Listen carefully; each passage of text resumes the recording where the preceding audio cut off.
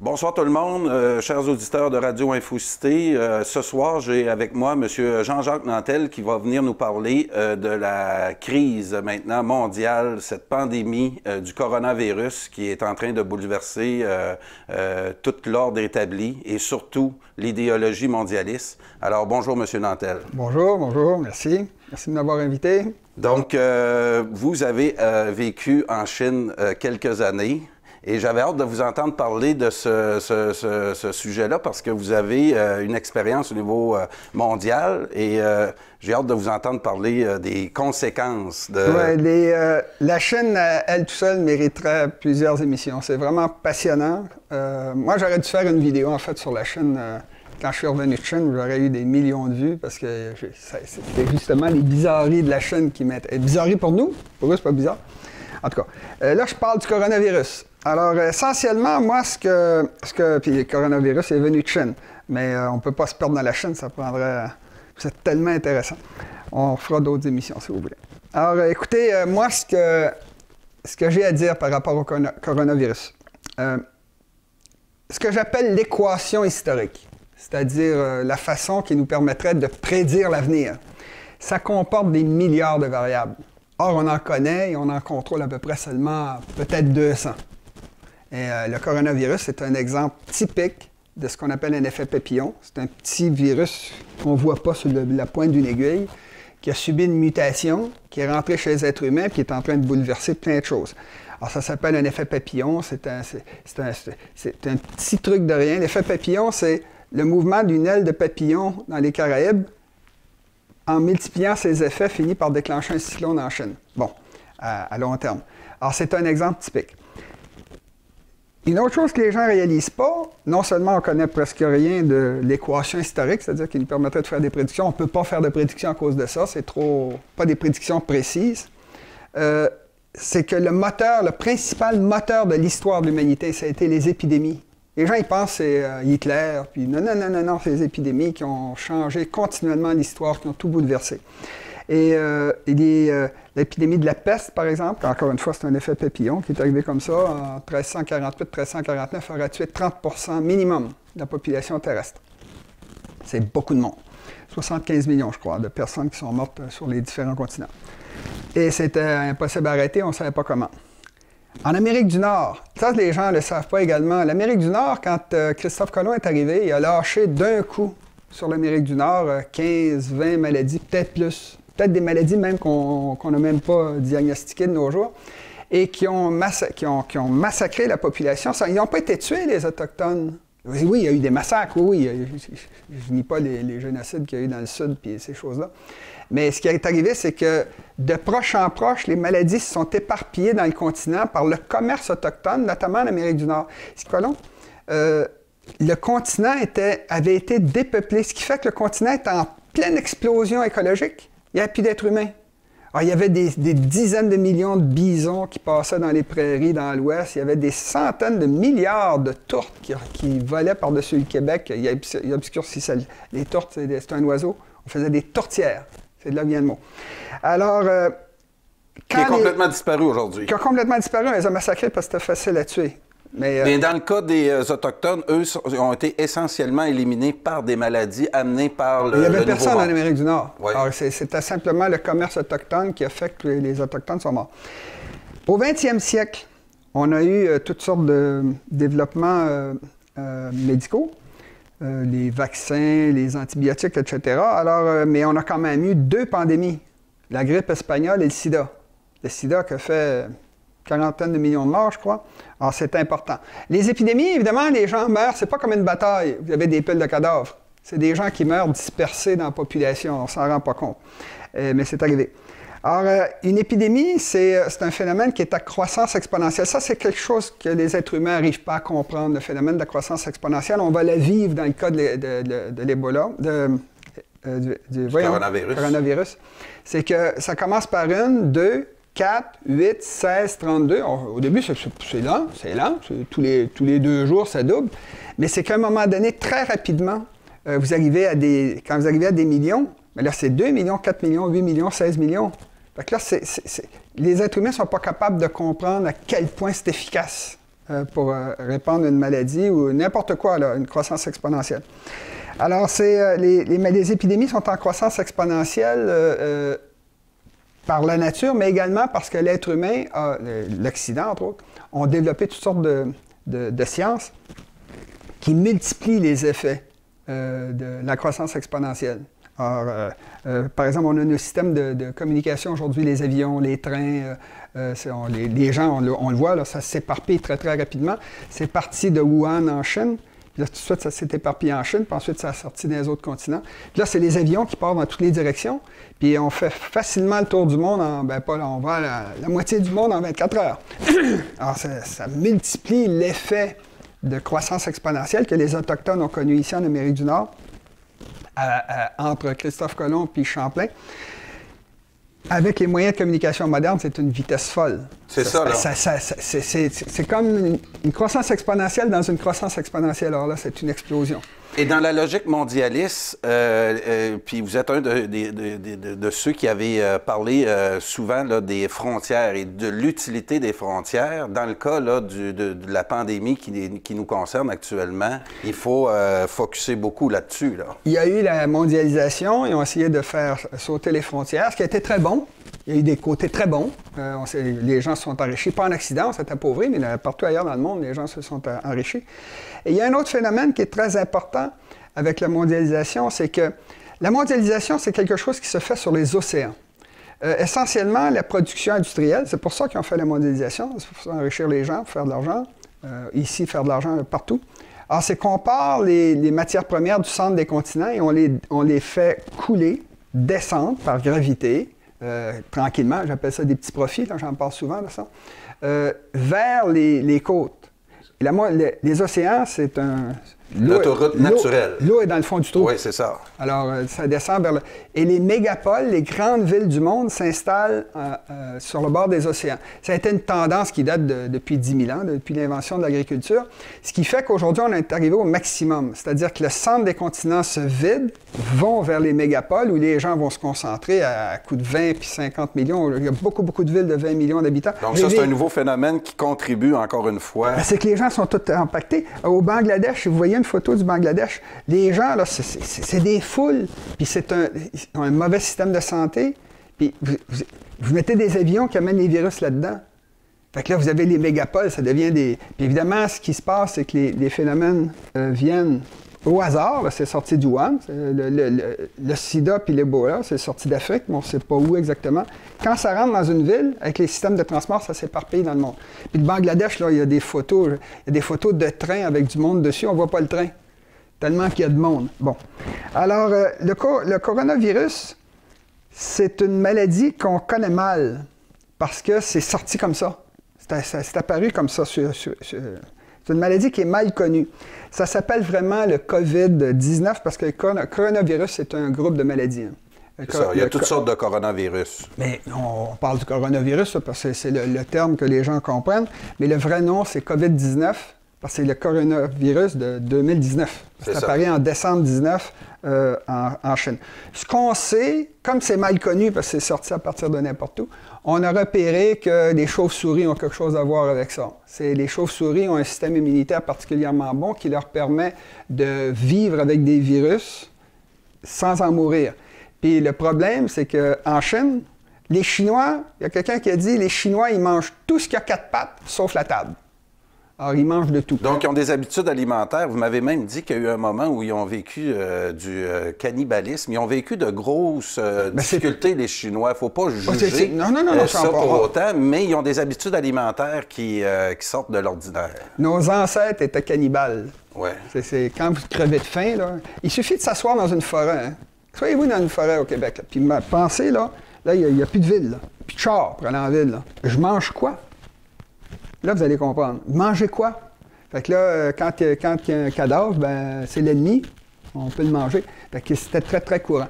Dans le cas des Chinois, ben, ça a été les derniers cas de cannibalisme connus. C'était les folies de Mao Tse-tung, la révolution culturelle, surtout le grand bond en avant. En tout cas, avec les Chinois, comme c'est un peuple qui était très proche de la nature, surpeuplé, alors, ils mangeaient de tout. Alors, c'est eux qui ont inventé l'idée de manger des ailerons de requin. Quelle drôle d'idée. Des nids d'hirondelles, bon. Alors, les Chinois mangent de tout et moi, j'ai même pris une photographie d'un chien qui était annoncé dans une vitrine de restaurant pour être mangé. Alors, j'ai une photo de ça. Il y a une autre chose également, c'est que la maladie est venue de Wuhan en Chine. La Chine, Wuhan, c'est sur le Yangtze-Kiang, un grand fleuve, le plus important fleuve de Chine. Et les Chinois disent que ça vient d'un marché où les gens vendaient des chauves-souris, des choses comme ça. Ce qu'on sait, c'est qu'à quelques centaines de mètres, il y a un laboratoire de recherche sur les maladies pour les armes biologiques.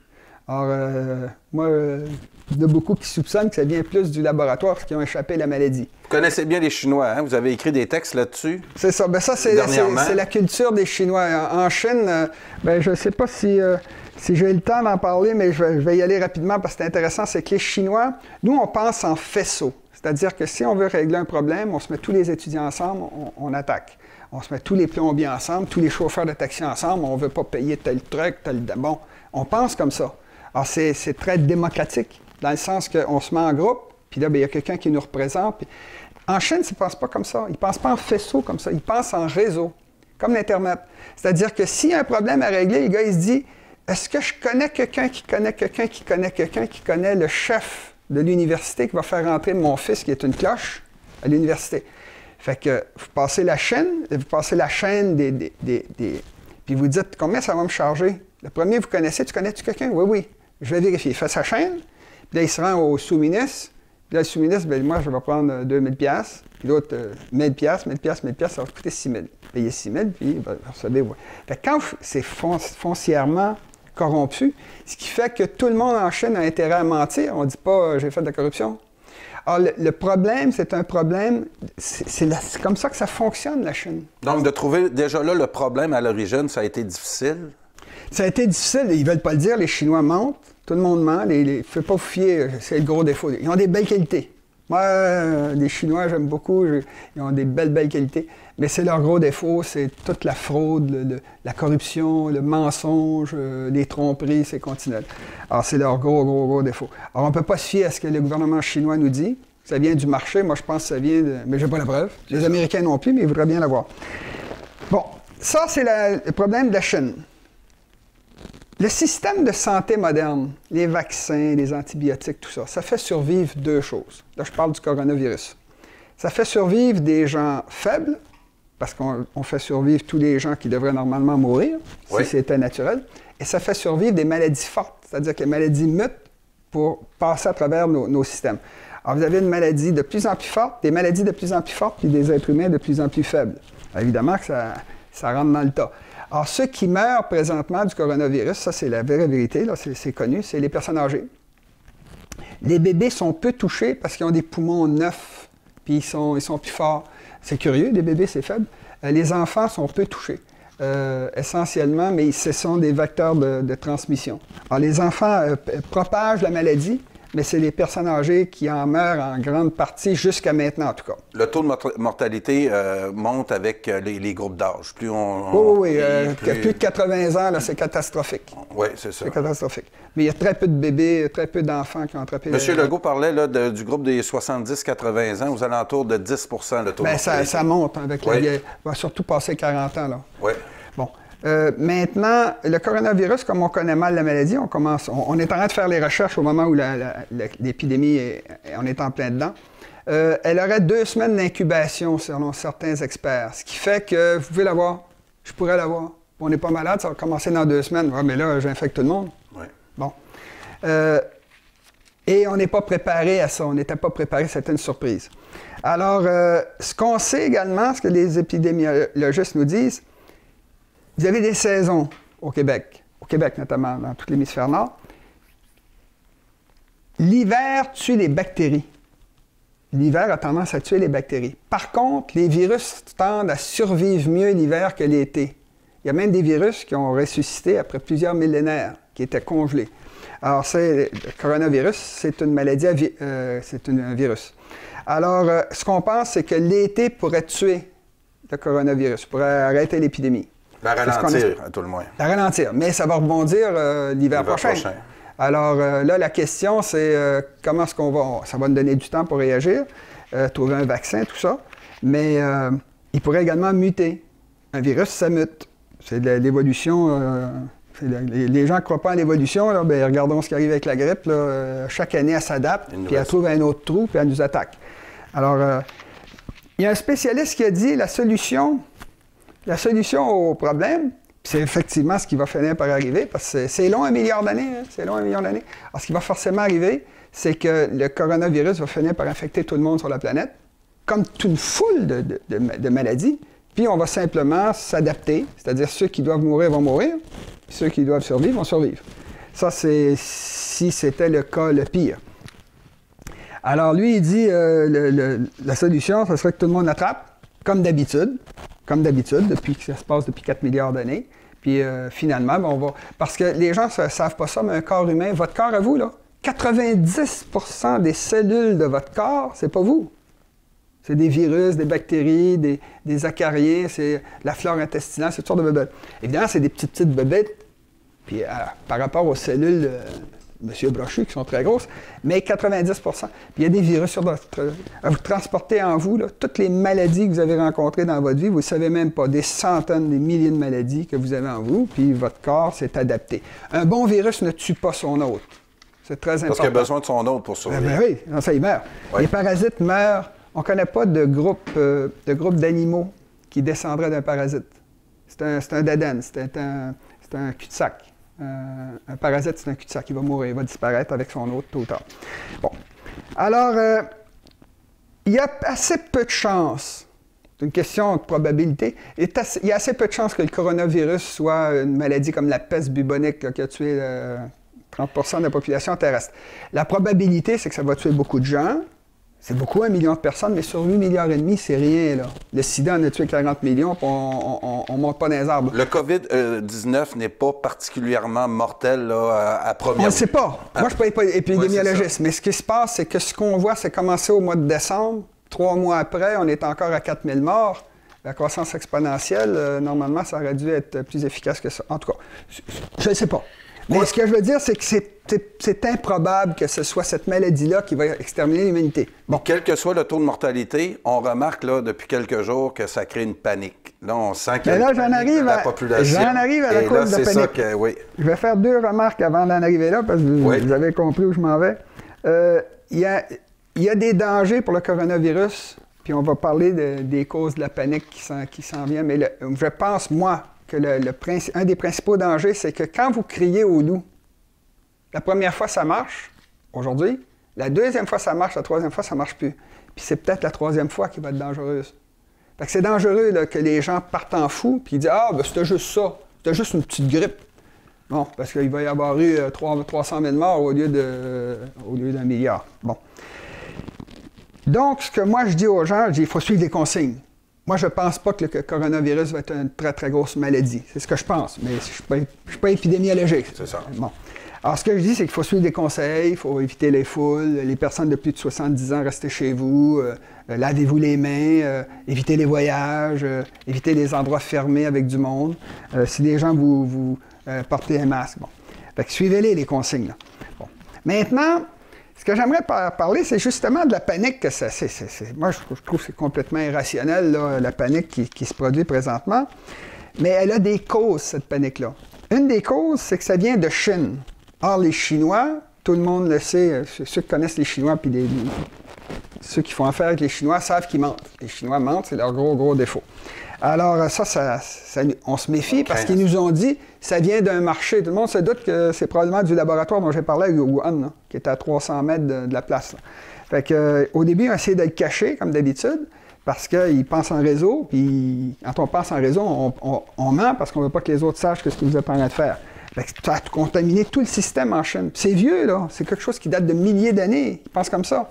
Les Chinois disent, les villageois disaient, l'empereur est loin et les montagnes sont hautes. L'empereur peut dire ce qu'il veut, on fait ce qu'on veut dans notre village. Fait que ça fonctionne en réseau, c'est le même qui pense. Alors, on ne connaît pas les faits véritables, puis ça, bien, ça fait peur. Ça, c'est les êtres humains ont peur de l'inconnu, c'est normal, c'est très intelligent. Il y a également le phénomène qu'on a des moyens, je parlais tantôt des avions, mais il y a bien pire que ça pour la panique, c'est l'Internet. C'est comme les gens, aujourd'hui, ne font plus confiance aux gouvernants, ça fait longtemps, là. Ni aux médias, Et là, certains médias. Il y a 30 ans, là, avant l'Internet, les gens disaient « Ah, c'est sûr, je suis sûr. Je l'ai vu au nouvelles hier. Je l'ai vu à la TV hier. C'était sûr, là. Voyons, la fille, elle s'est assise, puis elle nous a dit ça, c'était vrai. Ils nous ont montré des images. Aujourd'hui, ils disent « Ben non, c'est des mensonges, ils mentent, là. » Bon. Qu'est-ce qui se passe? C'est que c'est la machine à rumeurs. Ça passe par l'Internet. Puis là, ben, c'est mondial. Puis c'est à la vitesse de la lumière. Alors, ça fait un effet multiplicateur comme un haut-parleur. Alors, si vous criez dans le fond de la campagne, attention, il n'y a pas grand monde qui va l'entendre. Ils vont entendre qu'il arrive une tornade. Mais quand vous avez un haut-parleur, tout le monde entend. Alors, donc, Internet amplifie la rumeur. Énormément. Puis les rumeurs, c'est comme le téléphone arabe. Hein? Ah oui, oui. À la fin, c'est complètement déformé. Fait qu'il y a toutes sortes de choses. On ne sait pas d'où ça vient. Quelqu'un m'a dit. Ouais, mais c'est-tu vrai? C'est pas. Bon. Alors ça, c'est la cause. La première cause, c'est une cause technologique, le fait qu'on ne connaît pas la maladie. Mais également une autre cause de la panique, c'est les intérêts des gouvernements. Les gouvernements, moi j'en parle, j'ai fait une série de vidéos là-dessus. Il y a une crise qui s'en vient, une grosse crise financière, de surendettement qui est très bien documentée. Ils sont en train de perdre le contrôle. Puis les gouvernements du monde le savent. Ils ont pris toutes sortes de mesures pour essayer de retarder, ce qui fait que quand vous retardez une crise, vous l'amplifiez. C'est ça. Bon. Or, la crise qui s'en vient, elle est véritable. C'est inévitable, ça va nous tomber dessus. Les gens n'y croient pas. Ben, ça, j'y peux rien, mais ils la vivront. Là. Mais c'est très, très bien... Parce que là, on a vécu l'événement de la crise du coronavirus et tout le bouleversement que ça fait autant au niveau économique, politique et social. Et là, on va rentrer dans la phase des conséquences. Là, conséquences, ça, c'est ma troisième... Le troisième, c'est ça que je veux. Mais les intérêts du gouvernement. Les intérêts du gouvernement, c'est que comme ils sont pris... Trump, par exemple, il essaie de se faire élire. Fait qu'il essaie de prolonger le plus longtemps possible la croissance économique. C'est le plus long cycle économique qu'on a connu en Occident. C'est 11 ans. C'est très rare. Puis c'est pas encore fini. C'est-à-dire, ben là, c'est fini probablement avec le coronavirus. Mais ce qui arrive, c'est que les hommes ils ont intérêt à se servir de ça comme une excuse. Fait qu'ils jouent aux hommes d'État, ils bloquent tout. Fait que là, c'est pas de ma faute si tout est bloqué, c'est parce qu'il y a eu le coronavirus. Fait qu'ils s'en servent. Ça va être une bonne raison à donner pour ceux qui ont pas pris leur responsabilité. Oui, c'est ça. C'est ça. Ben, ils contrôlent plus ou moins. Hein. Mais Trump a intérêt parce qu'il veut se faire élire. Les chefs de la Chine, ben, c'est des menteurs. Et en Chine, quand tout va bien, c'est parce que vous avez le mandat du ciel. C'est-à-dire que ça date de plusieurs milliers d'années. C'est que tout va bien, c'est parce que le ciel est avec vous. Puis quand il y a une famine, une catastrophe, une inondation, c'est parce que vous avez perdu le mandat du ciel. Fait que les chefs de Chine ont très peur, parce que ça va mal en Chine. La croissance économique était à 10 % pendant des décennies. Là, les économistes pensent qu'elle est proche de zéro. Oui, hein? Bon. Fait qu'ils ne savent pas comment le repartir. C'est une crise qui est d'origine environnementale. C'est que si vous voulez arrêter la pollution dans les villes chinoises, ce qu'ils ont fait, bien, vous augmentez les coûts.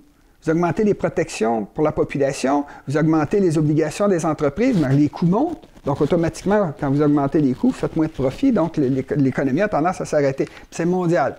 Alors, les chefs arabes, c'est pareil. Eux, ils se disent, ben non, on va se servir de la crise qu'on a parce que le pétrole tombe. Et comme l'économie ne monte plus, quoi qu'ils fassent, ben automatiquement, ils se disent, ben là, on n'a plus d'argent à donner aux gens parce qu'en Arabie Saoudite, les gens ne travaillent pas. Oui, on donne de l'argent. C'est de l'argent. Les gens de l'extérieur qui travaillent en Arabie Saoudite. En Arabie Saoudite, les jobs ont deux propriétaires. L'Arabe qui a la job qui ne travaille pas, puis l'étranger qui fait le travail. C'est ça. Alors, les gens travaillent très peu en Arabie Saoudite parce que c'est la richesse pétrolière, puis c'est Allah qui leur a donné la richesse pétrolière, fait que c'est bien comme ça. Mais ça ne marche pas comme ça, la vie, là. En tout cas, ça, c'est leur problème. Alors, tous les élites du monde ont intérêt à dire c'est de la faute au coronavirus, parce qu'ils savent qu'il y a une grosse crise. Alors, le surendettement là, dont je parle, il est partout. C'est massif, c'est énorme dans tous les domaines, les entreprises, les individus. Écoutez, les individus, les étudiants, les anciens étudiants aux États-Unis, doivent 1500 trillions de dollars, 1500 milliards de dollars. C'est 1,5 million de dollars. Ils ne paieront jamais ça. C'est pareil, à peu près le même niveau pour les cartes de crédit. Les entreprises se sont surendettées. La raison pour laquelle tout le monde a fait ça, c'est qu'ils ont mis les taux d'intérêt à zéro pour essayer de faire poursuivre Que le monde utilise, la croissance économique. Parce que si vous mettez les taux d'intérêt à zéro, bien, tout le monde emprunte de l'argent, ça ne coûte rien. Puis là, vous achetez des chars, vous achetez des actions, bon, tout augmente, vous êtes bien heureux. Mais ça ne marche pas comme ça, la vie, là. Quand vous passez de l'argent, vous voulez que les gens vous donnent des taux d'intérêt. Alors, ce qu'ils ont fait au cours des dernières années, ils ont mis les taux d'intérêt à zéro, des taux d'intérêt négatifs en Allemagne, au Japon, puis bientôt aux États-Unis, bientôt au Canada. Écoutez, c'est pas compliqué. La Banque du Canada, en 4 jours, a baissé d'1% son taux. J'ai jamais vu ça, hein? On était à 1,75. On est rendu à 0,75 en 4 jours. Ils font quoi après? Et ils sont où les munitions? Ils peuvent passer à zéro, puis ensuite à moins, et puis de marge de manœuvre. Alors, ils n'ont plus d'argent parce qu'ils sont endettés jusqu'aux oreilles. Si les taux d'intérêt remontent à 3, 4, 5 tous les gouvernements du monde sautent. Et un gros pourcentage des couples, des familles en Occident vivent de paye en paye. Ben oui, Donc, quand ça va bloquer pour 2-3 semaines, ça risque d'avoir encore plus de conséquences. Bien là, ce qu'ils sont en train de parler, c'est que c'est la faute du coronavirus. On va arrêter les bourses. Parce que la bourse, là... Qui a arrêté 2 fois la semaine dernière. Ben non, mais elle monte de 5 un jour, elle a baissé de 10 jeudi, elle a remonté de 10 vendredi. 10 quand la bourse est rendue à 21 000, c'est beaucoup. C'est beaucoup, beaucoup, beaucoup. Alors, il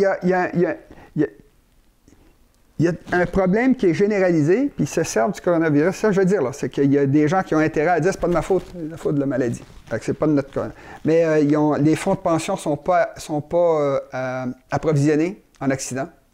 Quasiment tous les fonds de pension ne sont pas approvisionnés. C'est-à-dire que c'est de l'argent qu'il va falloir que quelqu'un mette, puis il n'y a pas de jeunes pour le mettre. Fait qu'il va se passer quoi? Bien là, tout le monde a dit, il y a quelque chose qui ne marche pas, là. Ça, M. Nantel, vous avez parlé des fonds de pension, effectivement. Hein? Les mathématiques, en ce moment, vous donnent raison. On risque d'avoir des mauvaises nouvelles à ce niveau-là, dans les prochains mois. Ça ne marchera pas. Alors là, avec la crise qui arrive, les gouvernements voient ça, puis là, ils ont une bonne excuse. Alors, la Banque du Canada, Trudeau, on a mis 11 milliards pour lutter contre le coronavirus. Bien, il est déjà à 22-24 milliards de déficit. 11 milliards de même. Puis s'il y a une autre maladie qui sort la semaine prochaine, encore 11 milliards. Puis c'est juste le début. Bon, fait que c'est des folies. Fait qu'il y a le phénomène des gouvernements, puis les médias, eux, ils vendent du Coca-Cola puis du savon, là, en faisant peur au monde. Tout le monde est accroché aux médias. Alors, il y a beaucoup, beaucoup de gens qui ont intérêt, si on veut, de se servir de ça comme d'une excuse ou pour faire de l'argent. Maintenant, quels sont les effets de la panique dont on parle? La panique dont on parle, évidemment, c'est de lancer la crise. Parce que ce dont je viens de parler, là, tout commence à bloquer.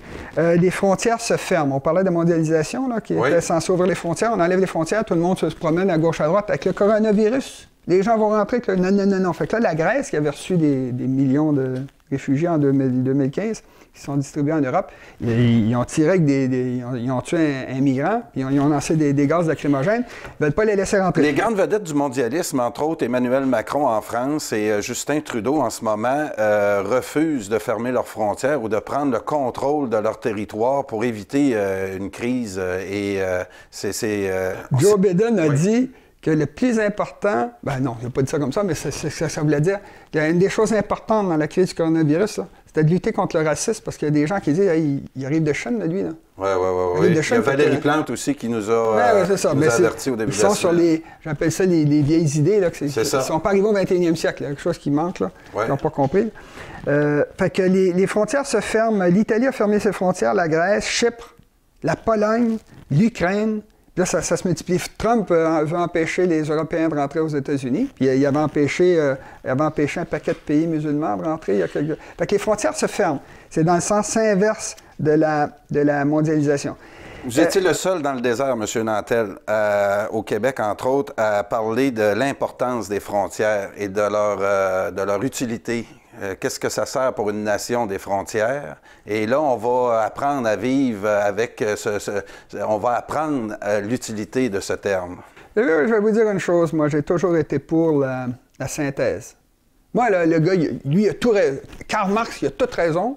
Puis Adam Smith, il a complètement tort. Ça, c'est des conneries, c'est des bêtises. Marx a dit des choses vraies, on prend ce qu'il y a vrai.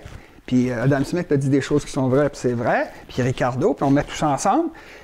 Puis comment ça s'appelle, le monétariste. Mettez tout ça ensemble, tout le monde a un petit morceau de vérité, puis tout le monde dit plus ou moins de conneries, compris moi.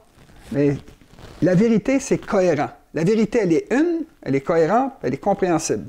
C'est tout le temps comme ça. On arrive à comprendre le monde. Puis si c'est pas cohérent, c'est qu'il y a quelqu'un qui a fait une faute. Bon. Alors, moi, l'affaire de la mondialisation, c'est très bien pour enrichir le tiers-monde, notamment. Mais enlever les frontières, c'est une folie. La frontière est une notion, est un phénomène universel dans notre forme de vie. Une frontière, ça sert à protéger la richesse que vous avez accumulée. C'est pour ça qu'une cellule, il y a une frontière autour de la membrane cellulaire. Pour protéger la nourriture qu'elle a rentrée, parce qu'elle a besoin pour vivre. Ici, la porte, elle a une serrure. Les fenêtres, ça se barre. Parce qu'il y a des biens ici. Cette caméra-là, ça vaut de l'argent. Cette table-là, on ne laisse pas ça. Bon. Je parle de la notion de frontière. Je ne parle pas de la frontière qui garde les bons.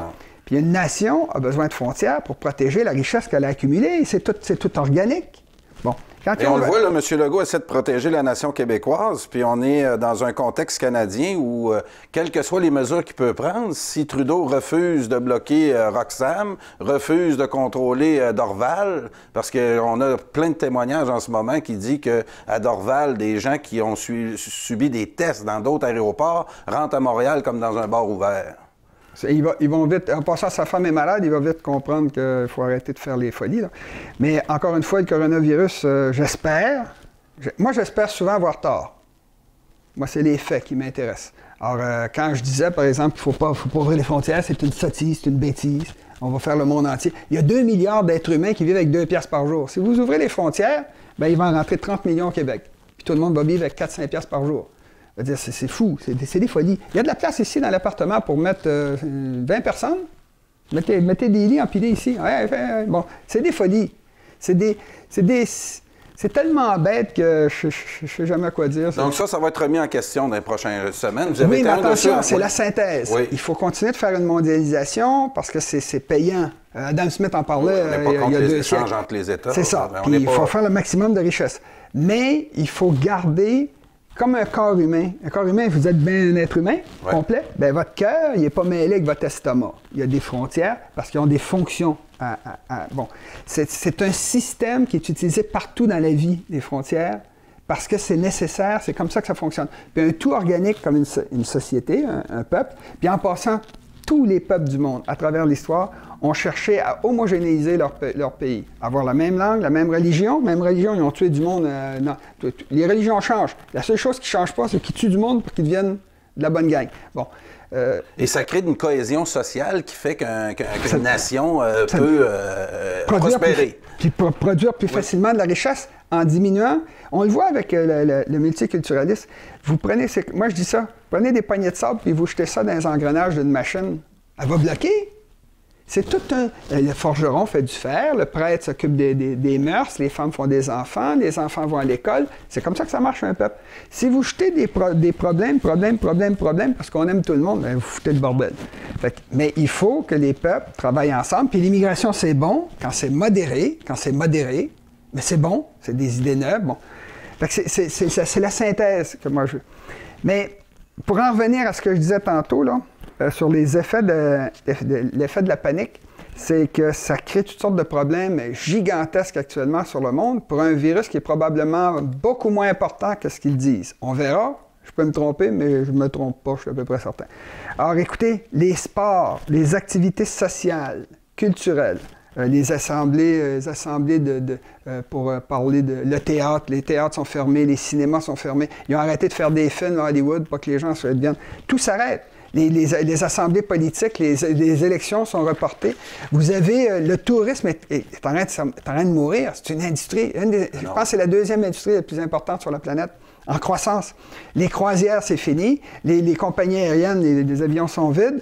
Les restaurants sont à moitié vides. Je l'ai vu à Montréal. Les stades, le Jeu olympique probablement vont être reportés. Les usines sont fermées en Chine. En Chine, les Américains ont pris des photos et on ne voit pas la pollution. Ça fait plusieurs semaines. Ça veut dire que l'usine mondiale est arrêtée. Les gares, les cinémas, les taxis. La moitié des gars de taxi ils disent qu'ils ont la moitié moins de monde. Les universités, les écoles, les magasins, ça ferme, ça ferme, ça ferme. Ça, c'est de la richesse qui est censée être produite, qui n'est pas produite. Quand la richesse n'est pas produite, puis vous continuez de consommer, parce que les gens continuent d'utiliser de l'électricité, puis à manger, puis à user leurs vêtements, ben là, vous bloquez l'économie. Si l'économie bloque, comment vous allez la payer, votre dette? Comment vous allez... Bon, ça crée des problèmes gigantesques. Les seuls qui sont surchargés, puis là, c'est grave, c'est les hôpitaux. Notre système hospitalier, il est fait pour une situation normale. D'ailleurs, tout ce qu'on a, c'est fait pour une situation normale. Je vais vous donner un exemple, c'est l'électricité au Québec. Au Québec, on a des surplus d'électricité. Et ce qui manque, c'est la puissance. Ils n'ont pas assez d'électricité pour l'heure de pointe. Ils n'ont pas assez d'électricité pour le 24 décembre, au moment du party, où tout le monde utilise des lumières, puis il y a des lumières dehors, partout. Alors, c'est ça le problème avec tous les systèmes humains. C'est pour ça qu'il y a du trafic, des blocages de trafic, là, des embouteillages. C'est que vous mettez tout le monde sur la rue à 9 h le matin, de 7h30 à 9 h, là, tout le monde est rentré, là, il y a de la place sur les routes. Ça recommence à 4h30 jusqu'à 6 h. Parce que quand vous arrivez tout en même temps, c'est ça que les hôpitaux sont surchargés puis ça ne marche pas. Alors ça, eux autres, les labos travaillent comme des fous pour essayer de trouver un virus, mais c'est les seuls qui... Trouver un remède. Un remède au virus. Oui, Au virus. J'ai parlé de la bourse. Puis ce qui se passe, une des conséquences à long terme de la panique présente, c'est que d'abord, on ne sait pas quand est-ce que ça va s'arrêter. Puis il y a un recul de mondialisation, j'en ai parlé. Les problèmes de la mondialisation que j'avais vus, parce que moi, je fais synthèse, mais je n'ai pas rejeté les nations. C'est de la bêtise. On va le voir, là. Des choses qui fonctionnent depuis des milliers d'années. À un moment donné, il me disait, Nantel, il est d'extrême droite. J'ai dit, écoutez, sur tous les sujets, je pense comme ont pensé nos ancêtres depuis 100 000 ans. Puis il y a quelque chose qui me dit que ça a dû marcher parce que ça a duré 100 000 ans. Bon, moi, c'est le même que je pense. Moi, je crois à la synthèse. Je crois. Quand quelqu'un me parle et me dit que j'ai tort, j'écoute pour essayer de savoir qu'est-ce qu'il y a de vrai dans ce qu'il dit. Mais ça ensemble. Bon. Alors, moi, c'est comme ça que je vois ça. Fait qu'évidemment, je suis en déphasage par rapport à mon époque, parce que j'accepte pas ça, la panique présentement. J'ai été au supermarché et les gens se battaient pour avoir du papier de toilette. Une folie. Bon. C'est moi. Alors, essentiellement, comme j'ai dit tantôt, l'industrialisation de nos jours, elle est mondiale. Ça a fait une mondialisation de l'économie. Puis là, ce qu'on vient de se rendre compte, c'est qu'il n'y a pas de gouvernement mondial pour organiser tout ça. Qui va organiser la réplique? C'est les États. Les États qui essayent de détruire en enlevant les frontières. Fait que là, à un moment donné, il y a une contradiction. Bon, il manque un gouvernement mondial. Puis la mondialisation, c'est quelque chose qui est essentiellement anarchique. C'est les multinationales qui sortent des nations, qui se mettent les océans, on veut. Puis il y a des pays qui en profitent en devenant des abris fiscaux. Fait que ce qui se passe, c'est que tout le monde fonctionne dans un endroit où il n'y a pas de loi. Il y a une loi internationale, mais enfin, il n'y a pas d'armée pour la faire respecter. Alors, les multinationales font ce qu'elles veulent, déplacent leurs profits. Paradis fiscaux, etc. Paradis fiscaux, les trafics humains, trafic de drogue. Puis ça, c'est les problèmes de la mondialisation. Alors moi, je n'aurais pas de problème avec une mondialisation si on avait une organisation pour contrôler les malfaisants, ceux qui font du trafic humain, les filles qui kidnappent, qui envoient au Yémen, qui travaillent dans des bordels. Bon, il faudrait les arrêter. C'est pas là. Alors, actuellement, ce qui se passe, c'est qu'il y a une anarchie qui vient de la mondialisation, qui est causée par la mondialisation, une mondialisation qui n'a pas été organisée. Alors, le résultat, c'est que c'est l'anarchie, puis là, le coronavirus, ben là, on le voit, c'est les États qui vont s'en occuper. Alors, il y a un repli actuellement sur les nations, on le voit très bien avec Trump, c'est très clair. Oui, parce qu'on voit le rôle maintenant des nations pour arriver à régler ce problème-là mondial. C'est ça, mais là, c'est parce qu'on mélange deux choses, les nations et l'État. Une nation, c'est un produit de l'histoire et de la géographie. C'est le pays qui crée le peuple, mais c'est pas le peuple qui crée le pays. Si le peuple québécois existe, on n'a jamais contrôlé nos frontières, notre territoire, jamais contrôlé notre immigration, puis on existe, c'est parce que le pays a créé le peuple québécois. Puis c'est la nature qui le fait. L'État, c'est ce que se donne une nation, ou un groupe de nations, enfin, arrangez ça comme vous voulez, pour faire fonctionner un territoire. Bon, il y a des territoires qui fonctionnent mieux que les autres, ce qui fait qu'ils durent plus longtemps. Alors, il y a des peuples qui existent depuis des milliers d'années, les Japonais, les Chinois, les Indiens, les Égyptiens, les Libanais, les Juifs, les Arabes, les Arméniens, les Géorgiens, les Norvégiens, les îles, il y en a beaucoup. Les Mayas qui existent encore au Yucatan. Alors, le résultat, c'est que les nations essayent de s'organiser en se donnant des États, l'État-nation, mais c'est compliqué, là, la géographie, c'est n'importe quoi. Puis c'est toujours la synthèse qui fonctionne. Dans le cas du Québec, bien nous, on est un cas spécial, c'est qu'on a été le premier pays à être envahi, vraiment envahi par l'Angleterre. Je parle d'un pays organisé, là, et on n'est pas encore libre.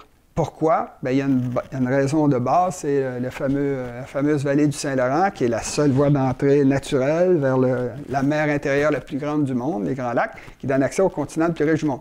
Alors, il y a eu un mouvement d'entrée de population, puis comme c'était très important, la vallée du Saint-Laurent, bien, les Français se sont installés là, c'est pour ça qu'on existe. C'est pour ça que les Anglais nous ont attaqués, pour nous le prendre. Puis là, bien, on est pris dans le Canada depuis 260 ans, puis eux, bien, ils essayent de se débarrasser du problème qu'on est, nous et les Autochtones, c'est des problèmes qui sont importants. Et le résultat, c'est que au début, c'était un empire qui nous avait envahis. Mais là, aujourd'hui, ça a dégénéré. Là. Le Canada s'est affaibli. Le Canada, c'est plus l'Empire britannique. Puis c'est plus des Britanniques, c'est même plus des Européens qui rentrent au Canada. Alors, le Canada est un pays distendu de sens est-ouest. 5000 km de long, 300 km de large, le long de la frontière américaine, c'est la réalité. Et le Canada, bien, comme n'importe quelle organisation, essaie de survivre. Comme tout ce qui est vivant, essaie de survivre. Alors, le Canada, c'est un système qui est bloqué. On se retrouve maintenant avec la crise du coronavirus. Ça, c'est très intéressant à voir. On a le gouvernement fédéral qui est chargé des frontières, mais c'est le gouvernement provincial qui est chargé de la médecine. Alors là, vous vous retrouvez avec un problème où il faut fermer les frontières pour réduire le danger de l'entrée des virus. L'entrée des virus. Tout le monde le fait, la Pologne, l'Ukraine, ils ne sont pas fous, là, c'est pas des gens fous. Pas des gens fous, ils font ça. Puis là, ben, on a le gouvernement fédéral qui, lui, a intérêt, on le sait, on a compris, a intérêt à faire entrer le maximum d'immigrants possible au Québec pour pas qu'on fasse l'indépendance, parce que c'est ça le jeu, là, c'est le jeu depuis 260 ans. Alors, ils utilisent l'immigration. Fait que là, leur théorie, leur idéologie, c'est l'idéologie mondialiste. Il faut laisser les frontières ouvertes, notamment au chemin Roxham. Et là, ça ne passe pas. Là. La population québécoise... Oui, mais on ne peut pas rien faire parce qu'on est pris dans une constitution qui est verrouillée. Parce que ça a été verrouillé par le père de Pierre Elliott Trudeau. Alors, c'est extrêmement complexe de changer la constitution canadienne. Alors, le résultat, c'est que le gouvernement fédéral est chargé des frontières, est chargé de l'immigration. C'est pas vrai que le Québec contrôle l'immigration. On a des ententes, puis c'est des ententes partielles. Quand le on voit qu'on ne contrôle rien en ce moment. On ne contrôle rien. On ne contrôle pas tout ce qui est international au Québec. Ouais. Ça appartient au fédéral, puis le fédéral se sert de l'international pour nous affaiblir. Alors, le résultat, c'est qu'ils disent, bon, on va laisser Dorval ouvert, parce qu'il faut être accueillant. Il faut laisser le chemin à Roxham ouvert. Ah, mais la maladie. Ah ben oui, mais ça, c'est le problème du provincial. Alors là, à un moment donné, on se retrouve entre deux chaises, où vous vous retrouvez avec un problème, un vrai problème. Le coronavirus, moi, je pense que ce ne sera pas très grave, mais c'est juste un exemple. Vous vous retrouvez avec une contradiction où un gouvernement fédéral a intérêt à ne pas s'en mêler, alors que c'est le gouvernement provincial. Fait que là, à un moment donné, c'est le problème typique du Québec. Et le problème du Québec, c'est... Moi, je ne l'ai jamais caché. Moi, je trouve que, je l'ai dit tantôt, l'immigration, c'est bon quand c'est modéré. Mais quand c'est débridé, là, c'est de la folie furieuse. Là, parce que là, vous détruisez. Là. Puis là, ce qui se passe, on le voit présentement, c'est simplement un cas qui est tout à fait évident, l'affaire du coronavirus. Il faut contrôler, mais ce n'est pas coordonné. C'est que vous n'avez pas deux gouvernements qui fonctionnent ensemble, ils fonctionnent l'un contre l'autre. Et un gars comme Justin Trudeau, qui est dans la rectitude politique jusqu'aux oreilles et au-delà, oui. Ben lui, sa femme est malade. Il voit bien que la maladie est grave, mais pourquoi il ne ferme pas le chemin Roxham? Pourquoi il ne contrôle pas à Dorval? Pourquoi il contrôle... Puis n'oubliez pas que le Québec, je vais en parler dans une autre vidéo, le Québec, les gens ne le réalisent pas, c'est un pays maritime. Eh oui. On est naturellement ouvert. L'océan Atlantique se termine à Montréal. Termine à Montréal. Vous prenez un bateau, Jacques Cartier a pris son bateau, il est rentré direct à Montréal. Oui. Il vient à Montréal. Bon, il était avec des barques, là, mais en tout cas, il y avait des gros bateaux qui se faisaient. Puis on peut le faire, nous. Tandis que le Canada est un pays continental. C'est une puissance continentale. Il y a toutes sortes de contradictions dans le Canada qui viennent de la géographie. Puis dans l'histoire, c'est toujours la géographie qui finit par gagner sur l'histoire. Puis nous, on est pris dans un problème historique, c'est-à-dire qu'on a été envahi, on a été contrôlé, puis ils cherchent à nous détruire. C'est écrit dans un rapport Durham qui a été écrit en 1839. On va les détruire avec de l'immigration massive. À l'époque, c'était des Britanniques. Puis là, ben, ils prennent...